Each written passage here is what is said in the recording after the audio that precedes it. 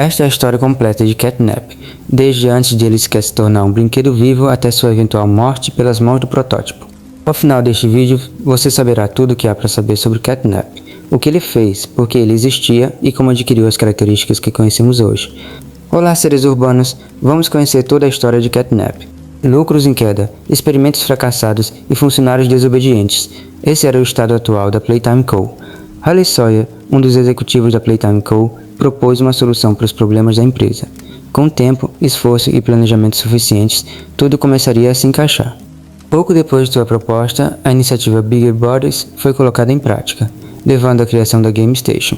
Ela foi construída para que a Playtime Co. pudesse testar os órfãos que viviam no orfanato dentro da própria fábrica. As crianças precisavam completar uma série de minijogos que avaliavam seu tempo de reação, habilidades cognitivas, capacidades físicas e diversos outros aspectos. Se os órfãos apresentassem bons resultados, eles eram enviados de volta para a Playcare, onde inalavam a fumaça vermelha enquanto dormiam, até que fossem transformados no brinquedo designado para eles. Porém, havia um efeito colateral nesse experimento. Quando um órfão era transformado em brinquedo, ele não conseguia mais se lembrar de sua identidade anterior. Ainda assim, conseguia se lembrar de determinados lugares que pareciam familiares ou nos quais se sentia confortável. E, como descobriríamos mais tarde, alguns órfãos também conseguiam recuperar outras lembranças. Ao longo de um ano, a empresa se tornou bastante eficiente na realização desses experimentos, a ponto de criar diversos experimentos diferentes, cada um designado para funções importantes dentro da fábrica. Huggy Wuggy ficou responsável pela segurança da fábrica. Mummy Longlegs ficou encarregada da Game Station. Mas a empresa ainda precisava de um brinquedo para comandar a Home Sweet Home, o local de descanso de todas as crianças órfãs. Eles precisavam de alguém que não apenas garantisse que as crianças dormissem, mas também que elas inalassem adequadamente a fumaça vermelha, facilitando a realização dos experimentos. E foi então que começaram a selecionar os possíveis órfãos que poderiam assumir o papel da versão Bigger Body de Catnap, o futuro responsável pela Home Sweet Home. Todas as crianças tinham obtido resultados quase perfeitos na Game Station, o que fazia delas excelentes candidatas. Entre elas estava um garoto chamado Theodore Granell. Theodore tinha aproximadamente 7 anos de idade. Era um garoto de pele clara, cabelos castanhos e cacheados e olhos castanhos escuros. Depois de passar por alguns testes, ele foi enviado para seu quarto dentro da Home Sweet Home, preparando-se para dormir. Mas, naquele momento, uma voz estranha chamou sua atenção. Parecia que a voz vinha debaixo de sua cama. Nós sabemos que aquela voz pertencia ao protótipo, que aparentemente havia escapado da contenção e decidido se esconder no quarto de Theodore. O protótipo tranquilizou Theodore, dizendo que era seu amigo e que os adultos da Playtime Co. não eram. Conforme os dias passavam e a amizade entre os dois ficava mais forte, o protótipo começou a incentivar Theodore a sabotar os experimentos da Playtime Co. Entretanto, Theodore acabou sendo pego algumas vezes, fazendo com que se tornasse bastante conhecido entre os funcionários. E sempre que era confrontado sobre suas ações, ele dizia que a ideia havia sido de seu amigo. Os funcionários, porém, diziam que seu amigo não existia e que ele precisava parar com aquilo. Certo dia, o protótipo instruiu Theodore a roubar um grab pack com uma mão verde para abrir uma das portas de manutenção, provavelmente com o objetivo de ajudar os órfãos a escapar. Porém, Theodore não sabia como utilizar corretamente o dispositivo. Quando tentou abrir a porta, acabou sendo eletrocutado e gravemente ferido, fazendo com que precisasse receber atendimento médico imediatamente. Mais tarde, 2 funcionários, Thomas Clark e Joel Sinclair, ficaram sabendo do incidente. Eles comentaram que aquela porta precisava de 2 pessoas para ser aberta corretamente. Durante a conversa, Thomas chegou a jurar que havia visto o amigo imaginário de Theodore em algum momento. Depois de se recuperar dos ferimentos, Theodore foi enviado novamente para Home Sweet Home. Mas, apesar do acidente, as sabotagens continuaram. O protótipo era incansável em sua tentativa de usar Theodore para ajudar todos os órfãos a escaparem da Playcare e evitar os terríveis experimentos realizados neles. Infelizmente, toda aquela confusão acabou colocando Theodore no topo da lista de órfãos que poderiam ser submetidos aos experimentos. E então o experimento foi realizado. O resultado foi um sucesso. Assim nasceu o experimento 1038. Mas, antes de continuar, não se esqueça de se inscrever no canal para me ajudar, se gostar, é claro. Catnap foi criado com a função de colocar as crianças da Home Sweet Home para dormir, não apenas para impedir que elas escapassem da Playcare, mas também para tornar os futuros experimentos muito mais fáceis de realizar. Mas Catnap não era o único brinquedo de sua linha. Possuía um grupo de brinquedos conhecido como Smiling Critters, e eventualmente eles ganharam seu próprio programa de televisão. A popularidade foi tão grande que os personagens se tornaram os principais mascotes da Playcare, e eram adorados pelas crianças órfãs. Isso provavelmente acontecia não apenas por causa das personalidades diferentes de cada personagem, mas também pela sensação acolhedora que eles transmitiam. Bubba Bubba Fant representava o capim-limão, Kickin' Chicken representava a cor verde, Hop Hopscotch representava o hortelã, Pig Pig representava os cítricos, Bobby Bear Hug representava a rosa, Craft Cone representava o jasmim, seu líder Dog Day representava a baunilha e Catnap representava a lavanda. Entretanto, a empresa continuava realizando seus experimentos durante esse período.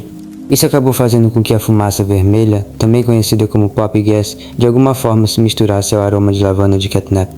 Como consequência, qualquer criança que tivesse um brinquedo Catnap por perto poderia começar a ter sonhos estranhos e assustadores.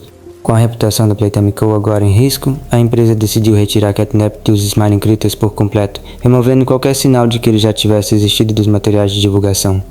Ainda assim, eles decidiram manter a versão Bigger Body de Catnap. E as memórias de tiro duro ainda permaneciam dentro dele, mais especificamente as memórias relacionadas ao protótipo. Durante uma avaliação realizada por um dos funcionários, Catnap chegou a dizer que o protótipo vai nos salvar. Provavelmente ele estava se referindo aos outros órfãos. O funcionário então continuou sua avaliação. Ei, Theo, como você está, amigo? Normalmente eu pediria para o Dr. Sawyer fazer isso, mas ele está indisponível, digamos assim. Então você vai ficar comigo até encontrarem um substituto. Primeiro, parabéns. Oficialmente este é o seu 4º ano no seu novo corpo, e você fez um progresso enorme. Disseram-me que, quando você e os outros Smiling Critters, você sabe, Dog Day, Pig Pig e todos os outros, foram adicionados a Playcare, você não estava se dando muito bem com as crianças, ao contrário dos demais. Mas olhe para você agora. As crianças adoram você.